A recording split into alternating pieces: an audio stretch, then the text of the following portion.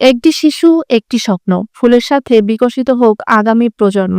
এই স্লোগানকে সামনে রেখে জেলা প্রশাসকের উদ্যোগে একযোগে বৃক্ষরোপণ কর্মসূচি পালন করা হয়। এর ধারাবাহিকতায় টাঙ্গাইলের ঘাটাইলে সরকারি প্রাথমিক বিদ্যালয়গুলোতে বৃক্ষরোপণ কর্মসূচি পালন করেন ঘাটাইল উপজেলা নির্বাহী অফিসার মোহাম্মদ আবু সাইদ। আজ বুধবার সকাল 10টা থেকে এই বৃক্ষরোপণের কাজ শুরু হয়।